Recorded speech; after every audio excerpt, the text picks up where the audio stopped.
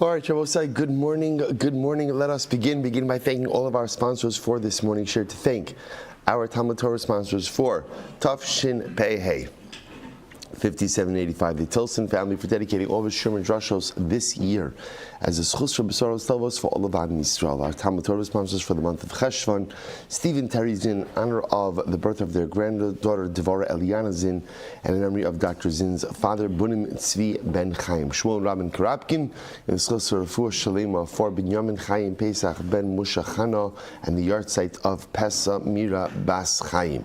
Dr. Moshe and Ellen Gavant, in memory of Dr. Gavant's parents, Yaakov Meir ben Moshe Leib and Shena Bas Abba, Zichronam Livracha. Sorry, 1 second. And Dr. Bezad and Yamina Salfer of Los Angeles, in the merit of a Refuah Shlema for Esther Bracha Bas Chaya. And a late breaking Daf Yomi sponsorship, Tali and Michelle Strum, in honor of a grandson born just a few hours ago in Eretz Yisrael to their children Yal and Akiva Strum. Mazel Tov Shebizocha Lachnisa Bavisa Sham Avinu Bizmano, and the God L'Torah L'Chuppah or L'Maisim Tovim. Mazel Tov, Mazel Tov. Well, so with that, let us begin. We have a lot to do today. A really great daf ahead of us today. Today's daf is Kuf Mem Ches 148, and we are picking up in Meretz Hashem on Kuf Mem Zayin Amud Beis 147b. And we're actually picking up. Let's pick up 3 lines down from the top. I'm a little embarrassed to say that, but let's just do it. Sometimes it's about getting over your own embarrassment and just getting the job done. So 3 lines down from the top. So let's remember again, just to reorient ourselves a little bit. So remember again, we were talking about the concept of matna shchimira, right? So we've been talking in general just about the concept or the ability of a shchimira to convey property on his deathbed without any formal kinyanim. So the Gemara now, interestingly enough, as much as we've been talking about this for such a long time, now the Gemara decides to kind of get into the mechanics of it and understand, is this a din d'oraisa or a din d'rabanan? So remember again on Amud Aleph, all of the opinions that we spoke about, I really adopted the approach that this is a matana d'oraisa. Comes along Rava in the name of Rav Nachman and said that it is a d'rabanan. So now the Gemara says 2 lines down. Did Rav Nachman really say that matnas shchivmira is a din d'rabanan? After all, look at the following. This interesting case. V'ha'amar Rav Nachman avagav damer Shmuel. Even though Shmuel said the following: Hamocher shtarchov l'chavero v'chazer u'machlo machol b'afilu yoresh mochal. So first, let's analyze this halacha in the abstract. I lend Reuven $1,000. I decide to sell the note to Shimon. Okay, so I'm allowed to do that in order. I'm assigning collection of the debt. The halacha is, this is fascinating, the halacha is, I, the lender, still have the ability to forgive or to cancel the debt even after I've sold it. Now you say to yourself, how can you do that? I've sold the note. So the way halacha understands selling of a loan is as follows. What I've done is, I've assigned the right of collection to Shimon. But I don't have the ability to make Shimon the lender. See, when you lend someone money, that is a very specific relationship that is created between lender and borrower. That relationship, the relationship is non-assignable. Collection is assignable. So when I sell the note to Shimon, I'm selling Shimon the right to collect, but I always retain my identity as the lender, and because of that, I have the ability to cancel the note, to forgive the debt, even after I've sold it. Now again, Shimon could then have a taina on me, obviously, right? Shimon could come back to me and say, 1 second, you sold me the right of collection, I paid for that, now you cancel, but that's a separate discussion. The point is, even after selling the debt, I have the ability to cancel it. Not only that, if I pass away, my Yoresh, the person, my son, who inherits me, who also inherits the debt. Remember again, my son essentially inherits my position as a lender, has the ability to cancel the debt as well. Okay, so the Bafil Yoresh Mochel, supposed to say, so now listen to this, Mod Shmuel, Shem Nasma Makla Shchibira, De'eno Yachal Machlo. Very interesting. Yet Shmuel holds. So again, so we'll say, so this is the halacha, right? And by the way, this actually is halacha l'maisa. I lend money to Shimon. I lend $1,000 to Reuven. I then sell the note to Shimon. Halacha l'maisa. I, the lender, could still cancel the note even after I sold it. Not only that, if I pass away, my son inherits my lender kite, right? My ability to go ahead and the fact that I'm the lender. My son could also go ahead and cancel it afterwards. Okay, now comes along Shmuel says, however, matna shchimira. Let's say Shchimira is on his deathbed, right? So Shchimira went ahead and lent $1,000 to Ruvain, and now Shchimira goes out and says, I hereby assign this note to Shimon. He gives him matana. I'm giving this order as matana to Shimon. Shmuel agrees that in that case, Shchimira cannot then decide to go ahead and be mochel. Right, fascinating. So Shchimira on his deathbed, so after Shchimira assigned the debt to Shimon, Shchimira can't say, you know what? I hereby forgive the debt. So what does that Sherbo say? What that shows you is the matana, the gift of a shchimira, to a certain degree, is even stronger than any other gift. Not technically, is stronger than any other gift, or is even stronger than a sale. Right? Because normally, with a healthy lender, if the lender sells the note to another party, the lender still retains the ability to cancel the debt. In a matna shchimira, once he gifts it to someone, he can no longer cancel it. Now the Gemara says, let's analyze this. See, if you hold that matnas shchimira is a da'oraisa, right? That is a da'oraisa, the mechanism is a da'oraisa mechanism. So I understand then why, after the shchimira gifts the note to someone else, he can't forgive it. He can't forgive it because this is a da'oraisa gift. Ella. The Gemara says, but if halacha l'maisa matna shchimira is din d'rabanan, so I understand why can't the shchimira lender, why can't he be mochel the debt even after he gifts it to someone else? To which the Gemara says, you're right. In reality, Einu shel Torah. Really, the halacha follows Rav in the name of Rav Nachman. That a matna shchimira, the concept of a matna shchimira, ultimately again is idrabanan. It is not min Torah. Einu shel Torah, vasua kishal Torah. So we'll say, so in fact, the ability of a shchimira to go ahead and convey property without any formal kinyanim is not a din d'oraisa, it's a din d'rabanan. But how did the Rabbanan fashion this halacha? They endowed it with the strength of a d'oraisa. Now, by the way, we see this in many different areas of halacha, right? The ability, the concept of matna shchimira, the concept of a Rabbanan to be endowed with biblical-like strength. This, by the way, is a separate concept. I would say, if you think about it, one of the interesting anomalies of rabbinic law, right? From where do the rabbis have the ability to legislate law? Why can they do that? Baruch Hu gave 613 mitzvahs. Why do Chazal have the right to make new laws? Why? It's a din d'oraisa, right? Torah says, do not veer from what they being Chazal, the rabbis, tell you to do right or left. So the Torah itself endowed the Rabbanan to make halachas, which, by the way, creates a fascinating little bit of almost like halacha kanali, which essentially tells you that every Rabbanan essentially is a d'oraisa. So there's a lot of literature about this, about how exactly you understand this, but not a topic for today. But we're far enough behind the Daf Yomi cycle, right? But fascinating to point out that sometimes you see this concept that you can have a din d'rabanan that is endowed with biblical-like strength. That is possible. The Chazal could do that, first of all, because Chazal could fashion halacha, but because their power to legislate halacha comes from the Torah, they have the ability to make rabbinic legislation that has biblical-like strength. So this is fascinating. So the Gemara says over here that halacha l'maisa, the concept that a shchimira could go ahead and convey ownership of things from his deathbed without the use of any formal kinyanim. That is a din d'Rabbanan. Now, by the way, how could the Rabbanan go ahead and make a halacha like that? Because remember, again, there's another concept, which is hefker based in hefker. Chazal, the Rabbanan have control over all monetary matters. So they could decide what works how. So they decided a shchimira has the ability to convey ownership of property without any formal kinyanim. Once again, why did they do that? Going back to Amud Aleph, because they felt this is in the best interest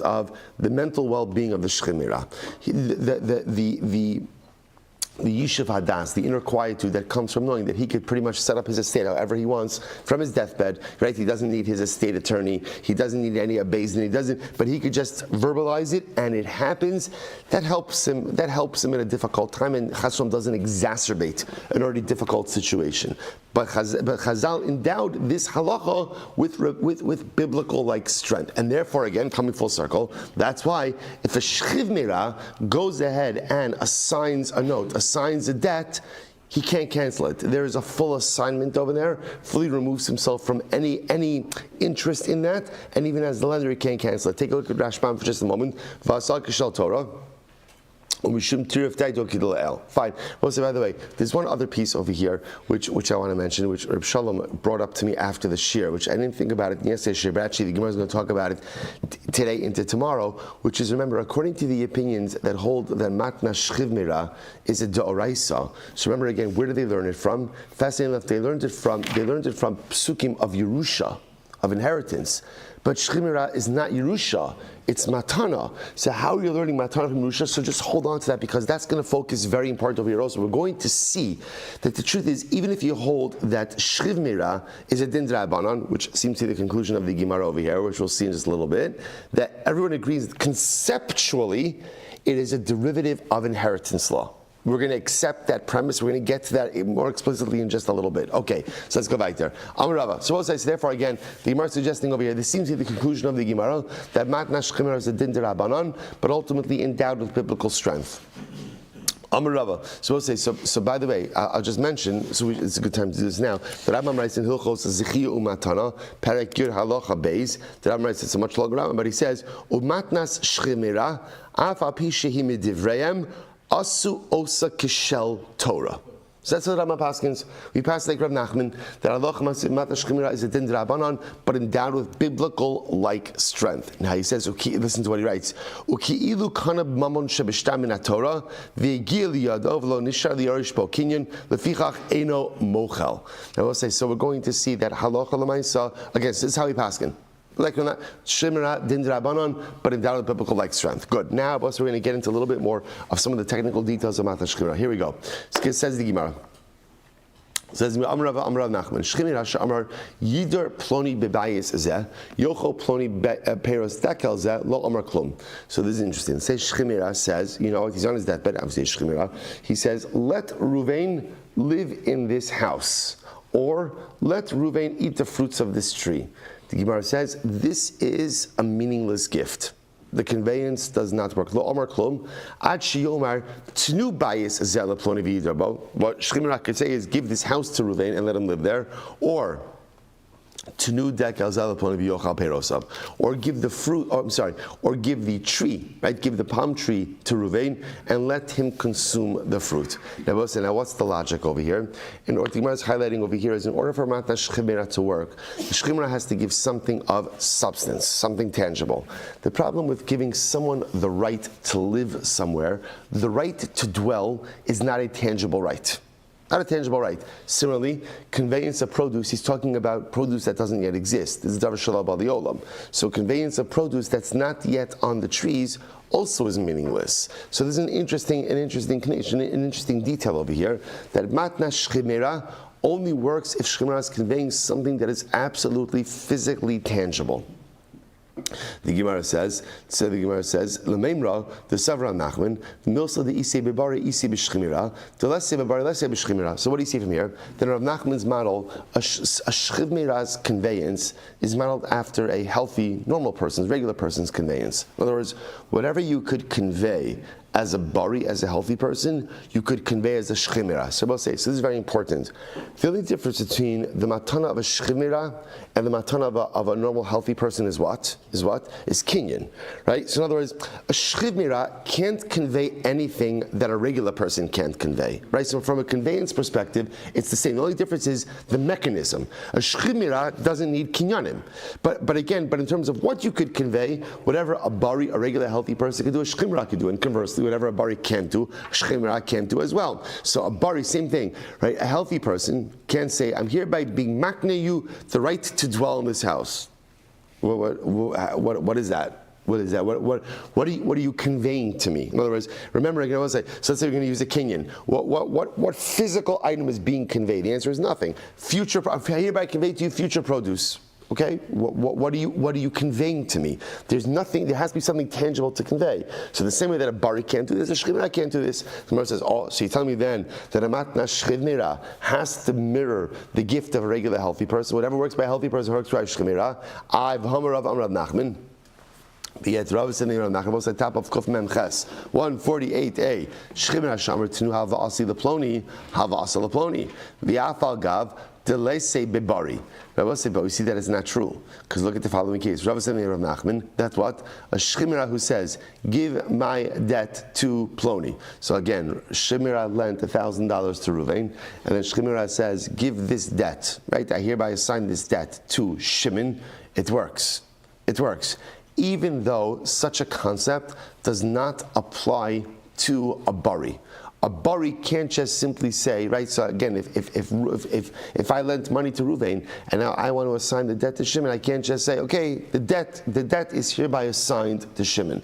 So you see from here that Allah Shchimira can do things that a bari can't do. Take a look at the Rashbam. The Rashbam says, Hava Asi L'Ploni Tar Rashbam. He says, Mamon Shechayiv Li Ploni B'Milva Al Peh Ani Nosin L'Ploni V'Yifreim. So we'll say this is now an important detail over here. What are we talking about? A verbal loan. A verbal loan. You see, if a loan is in writing, there is a way to convey it. How do you convey it?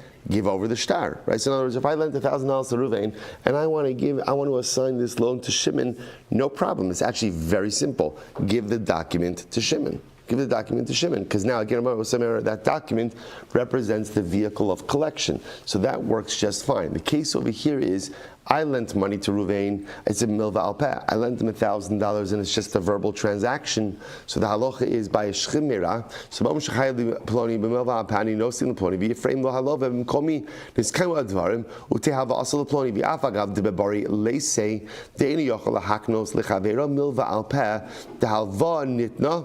Sorry, so Rabbi said this is incredibly important.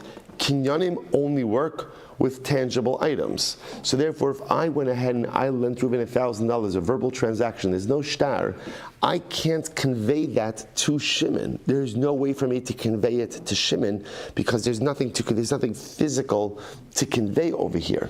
Yet, interestingly enough, a shchiv mirah can do this. If Shchimira lent Reuven $1,000 and now Shchimira wants to assign the collection of that debt to Shimon, he has the ability to say, I hereby assign this debt to Shimon, and it works. So from here you see that a Shchimira can do things that a bari can't do. To which the Gemara says, no. Rav Papa Amar, Hoil v'yoresh yarsha. Rav Papa says this is different because since a yoresh will inherit this, it's fundamentally different. What does that mean? Take a look at the Rashbam, almost right across the Rashbam. Umishani Hoil v'yoresh yarsha luzu hamilve kilu birshusohi farmina lakamon matnas shimira kirusha shavi rabanan hilchach. Kevan the Ise Birusha, Ise B'matna Shchimira. Oh, so both I see here it is, by the way, we're going to see it in tomorrow's daf. So the Gemara says it's different over here. Why? Because since if the Shchimira dies, his son inherits this loan, meaning even though it was a verbal transaction, the son will still inherit the right to collect his father's loan. Since it is in the framework of Yerusha, therefore it's also in the framework of Matnas Shchimira. Why? Because the Gemara says the ability of a shchiv mirah to go ahead and convey property is based on the halachos of Yerusha. Well, again, we don't know how, we kind of know how it is because the psukim that the Gemara brought up are psukim of Yerusha, but we'll see a little bit more in depth how that works. Therefore, the Gemara wants to suggest that essentially anything that works out Yerusha works out matna shchivnira. So therefore, because this debt is an inheritable debt, if shchivnira dies and doesn't convey ownership, his son inherits the debt. So because it's subject to Yerusha, therefore it works out matna shchivnira as well. Okay, Rav Acha Bereid Rav Ika Amar, no. Halva Ismabari. That's not true, by the way. This concept works by a healthy person as well. In other words, this whole shaila came up because we're assuming that what a shchimira could do, a healthy person can't do, right? So a shchimira could assign a verbal loan. Shchimera is on his deathbed. Shchimera lent $1,000 to Ruvain. Shchimera could say, I hereby assign this debt to Shimon. And we assumed that such a concept does not work by a bari. The Gemara says, yes, it does. It does work by a bari. Where does it work by a bari? Here we go. Rafuna Amarav. Dam Rafuna Amarav. First name of Rav. Mana li biadecha teneu leploni. Supposed to listen to this. So Rafuna says the name of Rav. Right? I say like this. I lent Ruvain $1,000. So Ruvain owes me. Ruvain owes me $1,000. I say to Ruvain, go ahead and pay back the money to Shimon. Pay back the money to Shimon. The Gemara says it works as long as b'maimud shlashtan. So we'll say this is the famous concept of maimud shlashtan. Maimud shlashtan says that if you have lender, borrower, and intended now recipient, third party, all standing together, lender could convey collection of the loan to the third party as long as all three parties are assembled. Again, why that is, and we're not going to get into it right now, but let me say again, that's called the concept of Ma'amad Shlashtan. So you see from here, and this would appear to work even in a case of Milva Alpah, even ultimately again in a case of where there's just a verbal loan without any document. So you see from here that Allah Lamaisa, this concept does apply by a bari as well. So we'll say, so therefore again, the Gemara's premise that in order for a shchiv merat to do something, the transaction has to be accomplishable by a bari as well. Just the only difference is a shchiv merat can do it without the kinyanim. But according to what the Gemara seems to be saying over here, is that a shchiv merat can never do something that a healthy person couldn't do. So if a transaction wouldn't work under normal circumstances, it's not going to work by a shchiv merat either. So right, so I was like, it's interesting because it's a fine point. A shchiv merat's transactional strength is no greater than a regular person. In other words, whatever a regular person can accomplish, shchiv merat can accomplish. Just the difference is a shchiv merat doesn't need formal kinyanim to accomplish it. But if something is transactionally impossible for a regular person, it's transactionally impossible for a shchiv merat as well. So most specifically, the same way that a regular person cannot convey something that is not tangible, shchiv merat can't do it either. Okay, fascinating. Yibailu, some more questions about this. Yibailu, dekel le'echad upirasav la'acher mahu. So it's an interesting case over here. So let's say shchiv merat decides to convey, he has a palm tree, and he decides to convey the fruit of the tree to one person, the tree to Ruvain, and the fruit to Shimon. Now, what's the issue over here? So remember again, we just got finished saying that halacha l'maisa, conveyance of fruit is complicated. Why is it complicated? Because presumably we're talking about over here where fruit doesn't yet exist. So therefore, again, it's a davar shalab ali olam. So does this type of conveyance work where he's giving the tree to one and the fruit to another? Now take a look at the Rashbam for just a moment. We're not going to do the whole thing, but just the beginning. Is the mukmi leibe bari ubalo dienas. If you skip a little bit down, he says, "V'al karchin." It's the first wide line. V'al karchin b'shchimira mukminon v'amasnisin kai diktani b'shchimira shir karka kolshu matanasa matano v'boiluhu imnasan deka la'adam echad v'nimlach v'chazar v'nasa berosav la'acher v'aminu lekaman. So okay, so let's actually go to the Parsha Pshat over here. So the Parsha Pshat over here is kind of following up what we were saying before. If you give the tree to one person and the fruit to another person, what's the halacha? Mi shir makom peri, olo shir. So I'll say, so here's the interesting shaila with this. I understand that conveyance of fruit doesn't work, right? Why? Because it's a davar shalab ali olam. But maybe when shchiv merat conveys fruit, what is he really conveying? This is interesting. What is he really conveying? Maybe also like a part of the branch where the fruit is going to be attached. Now that's physical, right? That is tangible, and that's here right now. So maybe that's the conveyance. And therefore, again, such a conveyance should work. However, again, it's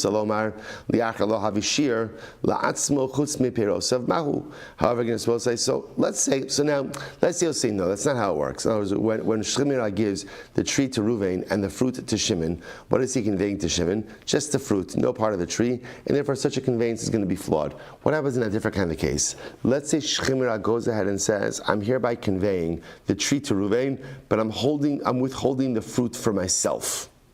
So what is that? In other words, do we say that when he holds back the fruit for himself, he's holding back a piece of the tree for himself as well? Amar Rava Amar Nachman Imtim Salomar Deka La'echad Uperos of La'achar Lo Havishir Makom Peri. So maybe when Shchimira conveys the tree to Ruvain and the fruit to Shimon, that's where he's not giving Shimon any part of the tree; he's just giving him fruit. However, Deka La'echad B'Shir Peros of Lefanov Shir Makom Peri. But maybe when Shchimira gives the tree to Ruvain but retains the fruit for himself, maybe Shchimira does retain part of the tree for himself. Why? My timer.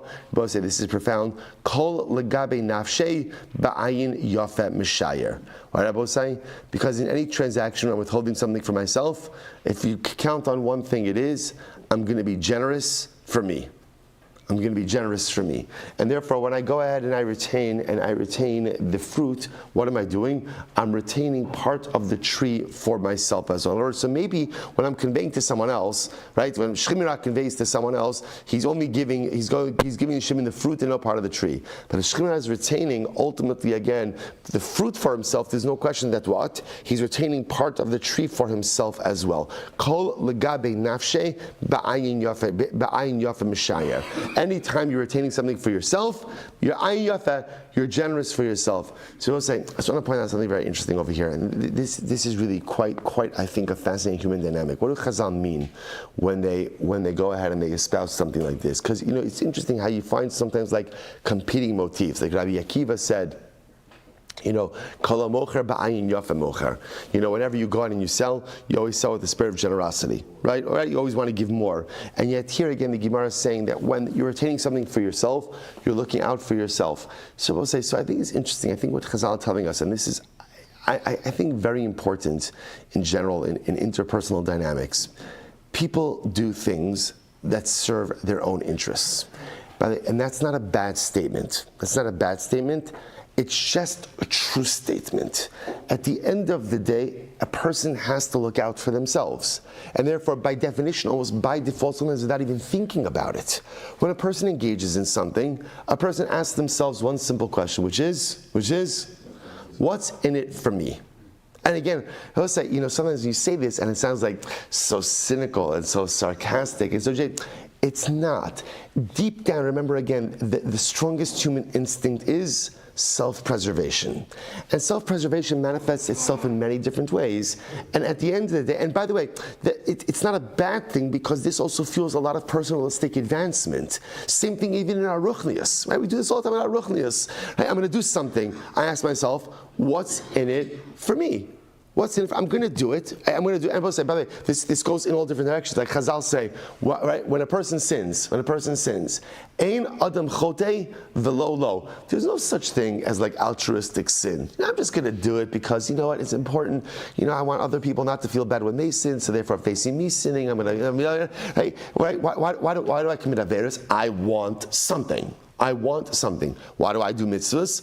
I want something. Why do I learn Torah? I want to, and by the way, to want something out of ruchnius could be, I want reward in the next world, I want reward in this world, I want the gishmak of feeling good from ruchnius, right? I want to feel good so and this is incredibly important because we know this in our human interactions, that everybody wants to get something out of whatever it is that they're doing, which is beautiful, because if you could acknowledge and embrace that, then if you want people to help, you have to somehow highlight how it's beneficial for them to help.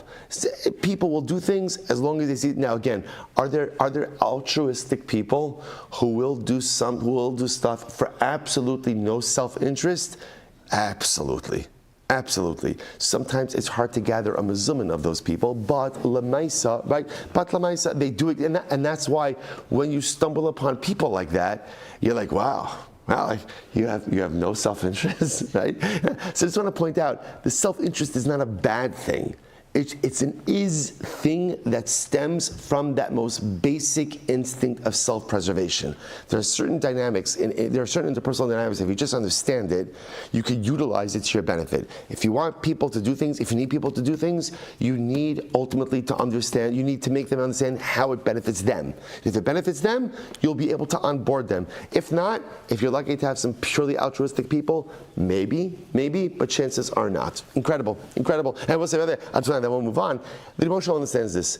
This is why there is so much discussion in the Torah about schar. There is, right? About reward. Hashem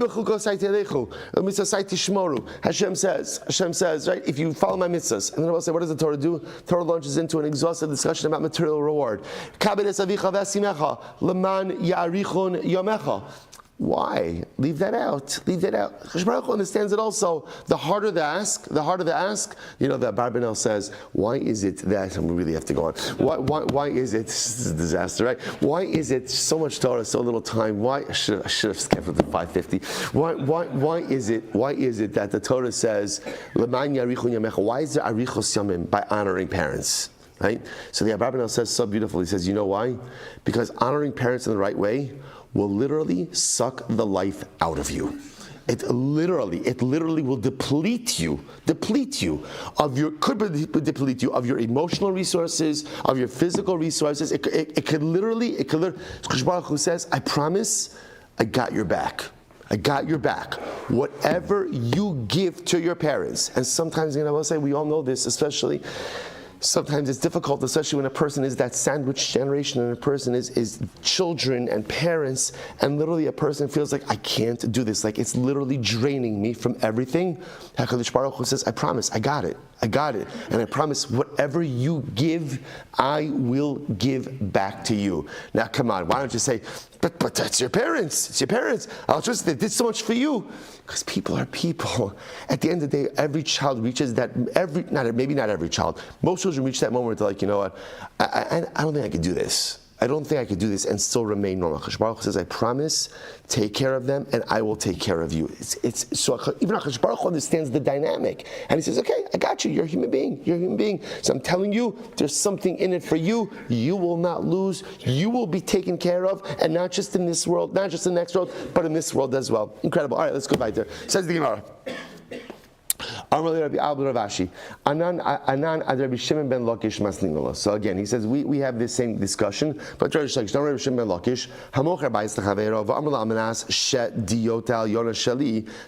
enough. So Rish Lakish said as follows: I sell my house to Ruvain, and I say, Ruvain, I'm selling you the house, but I'm keeping the rooftop. Now I will say diyuta is an enclosed rooftop. Now enclosed rooftop, that's prime real estate, right? An enclosed rooftop.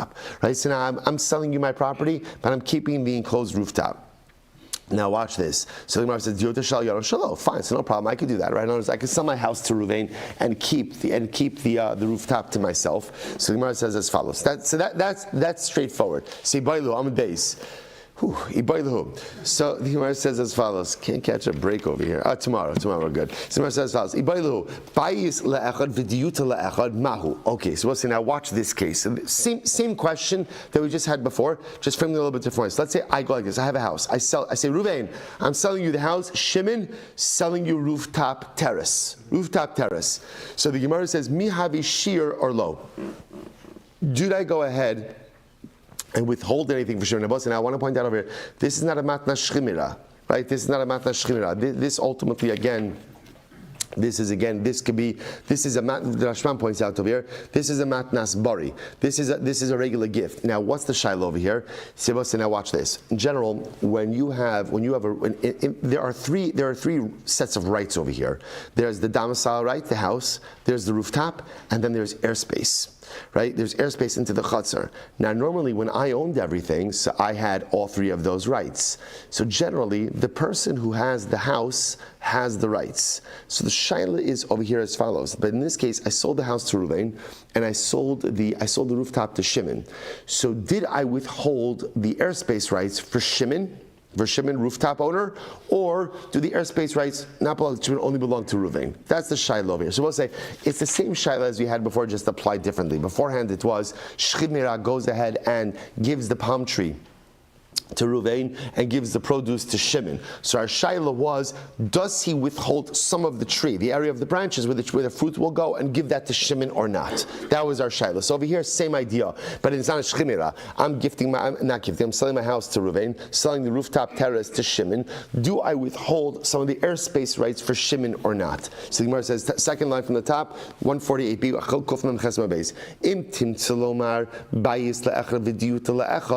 if at the end of the day we say that Lamaisa again lo havishir. So we say no. In general, when you sell the house to Ruvain and I sell the rooftop to Shimon doesn't get airspace rights. But just take a quick look at the Rashbam for just a moment. Tap Rashbam. He says over here, Ibari lehu bais le'echad b'matnas bari v'diuta le'echad havi makom shir mi'ika lahai bal diuta shir makom b'chaser lohotzas zizin O low. So we'll say here's the shiloh. The shiloh over here is when I sell the rooftop terrace to Shimon, does Shimon have rights in the airspace of the chatzar or not? And so they'll have a shir lachmin. Fine. So now the Gemara says Amar Rava,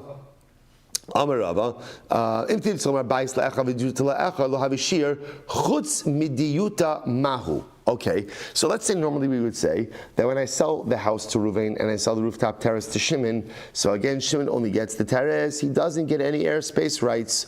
What happens if in a different case I sell the house to Ruvain and I retain the rooftop terrace for myself? For myself, I'm not gifting it to anyone, I'm retaining it for me. What's the halacha there? So the Gemara says, Mahu, Amar Rav Nachman, Imtim Somar Bayis Le'echa V'diuta Le'echad Lo Havishir, Chutz Midyuka Havishir, V'ali B'drav Zvid. So we'll say, so again, even if you want to say that normally when I sell the house to Reuven and I sell the rooftop terrace to Shimon, I don't withhold any airspace rights for Shimon. But maybe when I keep the diuta, when I keep the rooftop terrace for myself, I do retain some airspace rights. The Amar, first wide line, She'im, Ratzala Hotzi Bazizin, Motzi, because Rav Zavid says, when I sell the house to Reuven, but I keep the rooftop terrace for myself. What's the halacha? I retain airspace rights for myself. For myself. The Gemara says, what do you see from here? Alma kevan deshir diyuta makom zizin nami shir. So I'll say, what do you see from here? This is very interesting. What you see from here is the following paradigm. When I sell something to someone else, I don't necessarily go ahead and withhold any additional rights for them other than the actual item that I sold to them. Conversely, when I withhold for myself, what do? I give myself maximum benefit, which makes sense, right? So again, let's go with the house model because I think it's even a little bit easier because it's not shchimira. I have a home, I'm selling my home. I sell the house to Ruvain and I sell the rooftop terrace to Shimon. Now if you're Shimon, what you're wondering is, okay, does that rooftop terrace come with airspace rights? So now again, I don't know, Ruvain, Shimon wants to hang a clothesline and the clothesline extends off the roof. He's a classy guy, right? So extends off the roof. So does he have airspace rights or not? So the Pashas of the Gemara is saying is no. What did you buy? You bought a rooftop terrace. Now again, obviously the terrace will come with some rooftop rights, right? Where do those rooftop rights go? They go up, right? They go up. They just don't go across into the chatzar. But you don't have anything more than a rooftop terrace. Yet interestingly enough, if I have the same case, but in this case I sold the house to Reuven and retained the terrace for myself, the Gemara seems to understand, which makes sense. I provide myself with maximum benefit. That's maximum benefit. The Gemara says, "Hachanami kevanami chutzei perosav makom pir sheri." So it says machlokes whether or not to actually include this line or not, whether or not this line. But we'll just read it. So it would appear the same case applies to the tree. That although normally, if I sell the tree to Ruvain, or I gift the tree to Ruvain, or the Shchimra gives the tree to Ruvain, and the Peiros to Shimon, that halacha l'maisa, again, Shimon is just getting Peiros, he's not getting any part of the tree. Yet in the same case, if I retain the fruits for myself, I will get part of the branch. Okay, let's go weiter. Amar Rav Yosef Bar Yomi Amar Rav Nachman Shchimira. Okay, let's go. Shchimira Shekasav Kol Nechasav LaAcherim. So we'll say, now listen to this. So Shchimira writes all of his property to us. So we'll say, just want to point out something else. Remember, one of the interesting distinctions that we saw in the Mishnah, was when is something called the Matna Shechina? When is something governed by the halachos of a Shchimira gift? When you give away all of your property. Right? Because when a person is giving all of his property, that shows that he feels he's going to die, and therefore he's giving away everything. The moment that you begin to retain stuff, then again, that's not really called the matna shchimira, because if a person is keeping property, what does that show? What does that show? That it sounds like he's leveraging. He's like leveraging his risk over here a little bit. Like maybe I'll die, maybe I won't die, right? So then that changes the reality over here. Now we're going to delve into that just a little bit. So shchimira. So Amar Rav Nachman, Amar Yosef, Bar Yomi, Amar Rav Nachman, shchimira shekasav kol nechasav la'achirim. Shchimira, but I just want to point out, just I was thinking about this because it's so fascinating. This idea that a shchimira is more powerful than a regular healthy person. If you think about it, right? Now, as much as transactionally, a shchimira can't do anything that a regular person can't do, but nevertheless, kinyanically, right? A shchimira is stronger than a regular person. And I want to say, if you think about it, it's fascinating because you would think if someone were to ask you, who's stronger, a shchimira or a bari? You would say, a bari, of course. But you see that in halacha, that's not true. And I will say in hashkaf, I think also what Chazal are trying to teach us is as follows. Sometimes in life, like we think, if we don't have all of our abilities, whatever those abilities may be, physical abilities, emotional abilities, financial abilities, that were compromised in what we could accomplish in life. And the reality is, it's not true. It's not true. The power of the Jew is the ability sometimes to even transcend whatever limitations there are and be able to accomplish. That's like the metaphorical meaning of shchimira. Here, this guy is on his deathbed, and what could he do? He could move worlds. Right? You have to imagine like the ability to change the entire financial landscape of his family just by gifting, by moving, by this, by that. He can move assets all over the place. And Lamaisa, he's on his deathbed. No matter what your limitations, right? Because we all have limitations, right? And we all have certain handicaps. And we think that those are the very things that keep us from accomplishing the things we want to accomplish. The obligation of the Yid is to transcend, is to move past, to say, yes, the limitation is definitely creates difficulty. Limitation creates difficulty, but limitation does not create impossibility. If the shchimira could accomplish more than the bari, then that becomes the metaphor for how we live our lives as well. Just an aside. So Gemara goes weiter. So the Gemara says as follows. So shchimira shekasav kol nechasav la'achirim. Roim. So here's what we look at. Roim, imemechalek meis kanakulan. So look at the Rashbam for just a moment. The Rashbam says this house. Imemechalek shemisha rishona shizr lechalek haye bedaito lechalek kol nechasav lo shir leklum. So Moshe, now here's what's interesting. So now let's say the following case. Shchimira is on his deathbed. Well, obviously, right? Shchimira is giving out his estate. Now Moshe, now. Here's what's fascinating. Shchimira is giving away his property. Now, the issue is, he gave away, let's say he has 10 parcels of land. So he gave away parcel 1, right? Parcel 2, parcel 3, and then he died. So he died. So what's the problem now? So you're both saying, what's the problem? The problem is, so technically speaking, he gave away some of his property, and he retained other property. So what's the halacha in such a situation like that? It's not a matna shchimira. Right, it's not a matna shchimira. So it's governed by a separate set of halachas. So the problem just is, he died in the, see, up until now we've almost been focusing on like a shchimira who just gives away everything at once. But what if a shchimira is dividing up his estate, but he dies while he's gifting away the property? So what do you do? So the Gemara says, we have to kind of look at the mindset of the shchimira. So in other words, if it's clear to us that the shchimira is liquidating his estate, that's what he's doing. He's gifting away his estate before he dies, and it's clear to us that that's his intention. Then ultimately, again, kanu kulan.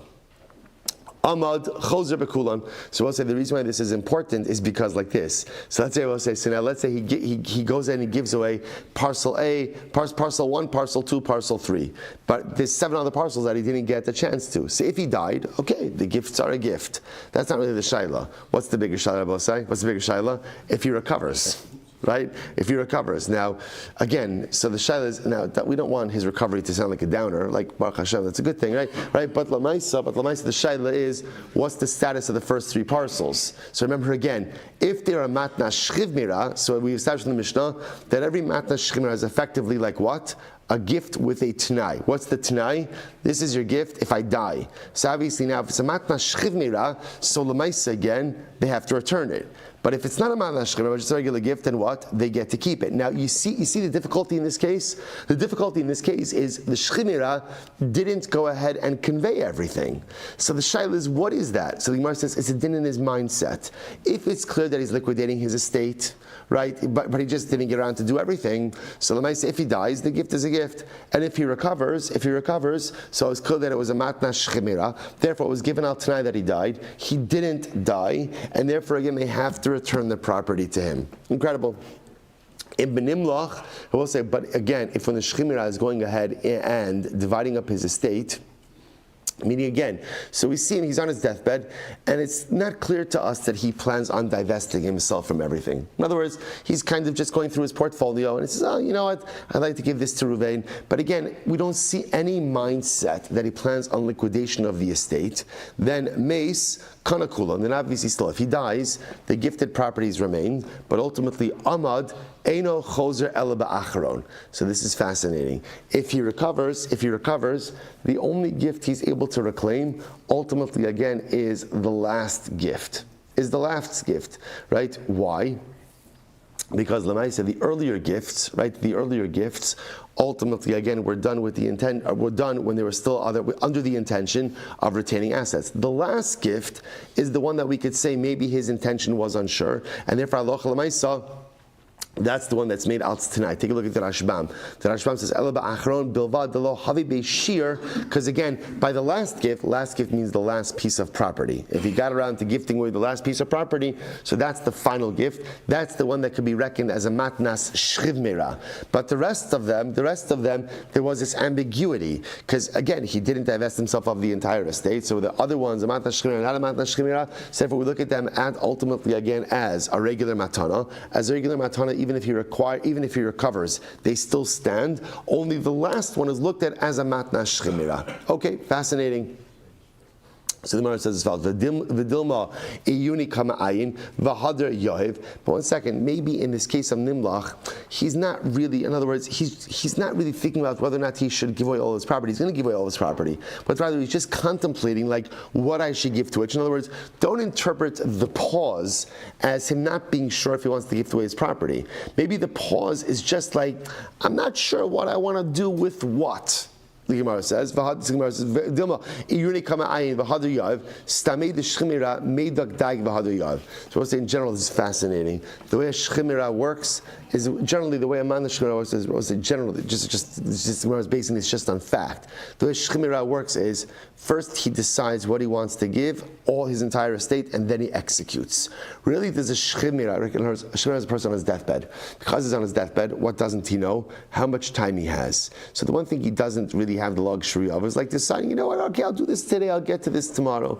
So for the way a shchimera works is, I'll say, by the way, not a bad mindset. The shchimera mindset is not a bad mindset to live life with, right? In other words, there is no delaying of anything because I don't know. So the shchimera works, the shchimera already has a plan, and therefore again, he thinks about the plan and then he executes. And when he executes at once because he does not know if he has time. Okay, Amr Rav Achabar min Yomi, Amr Rav Nachman. Shchimera shekasav kol nechasav lacher and va'amad eino choser. So let's listen to this. A shchimera who went ahead and gave away all of his property to others, and then he recovered. Eino choser. He cannot go ahead and reclaim the property. Why? Chayshina is fascinating. That seems to fly in the face of what we just said, right? Because we always said if a shchimera gives away all of his property and halacha l'maisa again then recovers, a gift of a shchimera is like a gift al t'nai, and therefore he should be able to recover it. But in this case, the Gemara says Rav Acha bar min Yomi says name Rav Nachman, he can't recover the property. Why not? Chayshinan shamiyesh lo nechasim medina acheres. Interesting. What are we concerned about? Maybe he has some overseas property. And because he has overseas property, therefore again, really he didn't gift away everything. He's still retaining something for himself. And therefore again, this is considered to be like a regular matana. And therefore halacha l'maisa again, he cannot reclaim it. Ve'alamas nisim diktani lo shir karka kolshu ein matanasu kayames heichim mishkachasla. So we'll say, one second, what do you do in the Mishnah, right? The Mishnah said the shchimera has gifted all of his property. So why don't you have to be concerned that maybe he has some overseas property? It's where the case in the Mishnah is where the shchimera himself said, I'm hereby giving away all of my property. So the Shechina is making the declaration that he's giving away all of his property. So if he says all of my property, we take that at face value. If he doesn't say all of my property, Rav Nachman suggests we have to be concerned that maybe there's some overseas property. Okay, Ma'abar of Ashi Amar b'muchsak de'leslan ba. Or we're talking about a case where Allah Chalamayis, so we know that he doesn't have any property, any other property. Bailuhu chazar b'mixas havi chazara b'kula olo. So we'll say now a very interesting case here. So the Gemara says chazar b'mixas. Now what's this case? Take a look at the Rashbam. The Rashbam says ibailuhu chazar b'mixas shchimra shakasav kol nechasav la'echad v'chazar ba b'mixas v'nasan shuv la'acher shayacha lasos kain carrying that tiki vatas that tiki. So we're going to see something very interesting. A shchimira has the ability to change his mind. Right, so let's say Shechimira says, I hereby gift my property to Ruvain. He has the ability to go ahead and change his mind and say, you know what, no, I'm giving it to Shimon. We saw this before, Daitiki. Daitiki is that deathbed will. He has the ability to change it. So what if he does a partial reneging? You know, we'll say, we'll stop over here for today. We'll pick up a Meretz Shem to say Bailuhu tomorrow. Tremendous. We covered a tremendous amount of ground today. Excellent job, everyone. Tomorrow is a short daf. We'll be all caught up in Meretz Shem by tomorrow. Shkoyach. All right, Chevron Zoom, have a wonderful day. Jerry, it looks like you're going to get some Gishmei Bracha today. So it looks like the background, the sky over there in Yerushalayim. Wow, incredible. Elvira also, beautiful. What a backdrop. Couldn't make a better screensaver than that. It's beautiful. I'll be zocheh to join you one day. All right, Shkoyach, everyone. Have a great day. Very kind of you. Good morning. The Havamina that the Shechina is giving not just